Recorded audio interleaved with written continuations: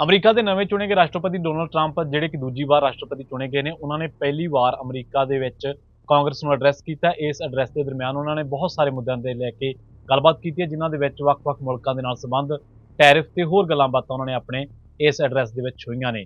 ਭਾਰਤ ਨੂੰ ਉਹਨਾਂ ਨੇ ਖਾਸ ਤੌਰ ਤੇ ਨਿਸ਼ਾਨਾ ਬਣਾਇਆ। ਉਹਨਾਂ ਨੇ ਕਿਹਾ ਕਿ ਬ੍ਰਾਜ਼ੀਲ, ਚੀਨ ਤੇ ਹੋਰ ਜਿਹੜੇ ਮੁਲਕ ਨੇ, ਜਿਨ੍ਹਾਂ ਦੇ ਵਿੱਚ ਇੰਡੀਆ ਵੀ ਹੈ, ਉਹ ਕਹਿੰਦੇ ਕਿ ਇਹ ਉਹ ਮੁਲਕ ਨੇ ਜਿਹੜੇ 100% ਦੀ ਟੈਰਿਫ ਠੋਕਦੇ ਨੇ ਜਾਂ ਇਸ ਤੋਂ ਵੀ ਜ਼ਿਆਦਾ ਟੈਰਿਫ ਠੋਕਦੇ ਨੇ ਜਿਹੜੀਆਂ ਚੀਜ਼ਾਂ ਅਮਰੀਕਾ ਦੇ ਵਿੱਚੋਂ ਜਾਂਦੀਆਂ ਨੇ। ਉਹ ਕਹਿੰਦੇ ਕਿ ਹੁਣ ਇਦਾਂ ਨਹੀਂ ਚੱਲਣਾ, ਹੁਣ ਉਹੀ ਟੈਰਿਫ ਠੋਕਿਆ ਜਾਊਗਾ ਜਿਹੜਾ ਕਿ ਅਮਰੀਕਾ ਦੇ ਵਿੱਚ ਆਉਣ ਤੇ ਲੱਗਦਾ ਜਾਂ ਅਮਰੀਕਾ ਨੂੰ ਟੈਰਿਫ ਦੇਣਾ ਪੈਂਦਾ। ਦੱਖਣੀ ਕੋਰੀਆ ਦਾ ਵੀ ਉਹਨਾਂ ਨੇ ਜ਼ਿਕਰ ਕੀਤਾ। ਇਸ ਜ਼ਿਕਰ ਦੇ ਵਿੱਚ ਉਹਨਾਂ ਨੇ ਇੰਡੀਆ ਦਾ ਖਾਸ ਤੌਰ ਤੇ ਜ਼ਿਕਰ ਕੀਤਾ ਕਿ 2 ਅਪ੍ਰੈਲ ਨੂੰ ਹੁਣ ਭਾਰਤ ਉੱਤੇ ਅਸੀਂ 100% ਜਿਹੜਾ ਟੈਰਿਫ ਆ ਉਹ ਠੋਕਣ ਜਾ ਰਹੇ ਹਾਂ। ਅਮਰੀਕਾ ਦੇ ਰਾਸ਼ਟਰਪਤੀ ਦਾ ਭਾਰਤ ਉੱਤੇ ਤਾਜ਼ਾ ਹਮਲਾ ਹੈ, ਕਿਉਂਕਿ ਪਿਛਲੇ ਵਾਰ ਜਦੋਂ ਭਾਰਤ ਦੇ ਪ੍ਰਧਾਨ ਮੰਤਰੀ ਨਰਿੰਦਰ ਮੋਦੀ ਅਮਰੀਕਾ ਫੇਰੀ ਦੇ ਦੌਰਾਨ ਆਏ ਸੀਗੇ ਤਾਂ ਉਦੋਂ ਉਹਨਾਂ ਨੂੰ ਰਿਸੀਵ ਕਰਨ ਟਰੰਪ ਨਹੀਂ ਸਨ ਪਹੁੰਚੇ, ਜਦਕਿ ਮੋਦੀ ਨੇ ਨਾਅਰਾ ਦਿੱਤਾ ਸੀ ਕਿ ਅਬ ਕੀ ਬਾਰ ਟਰੰਪ ਸਰਕਾਰ, ਜਦੋਂ ਪਿਛਲੀ ਵਾਰ ਚੋਣ ਹਾਰ ਗਏ ਸੀ।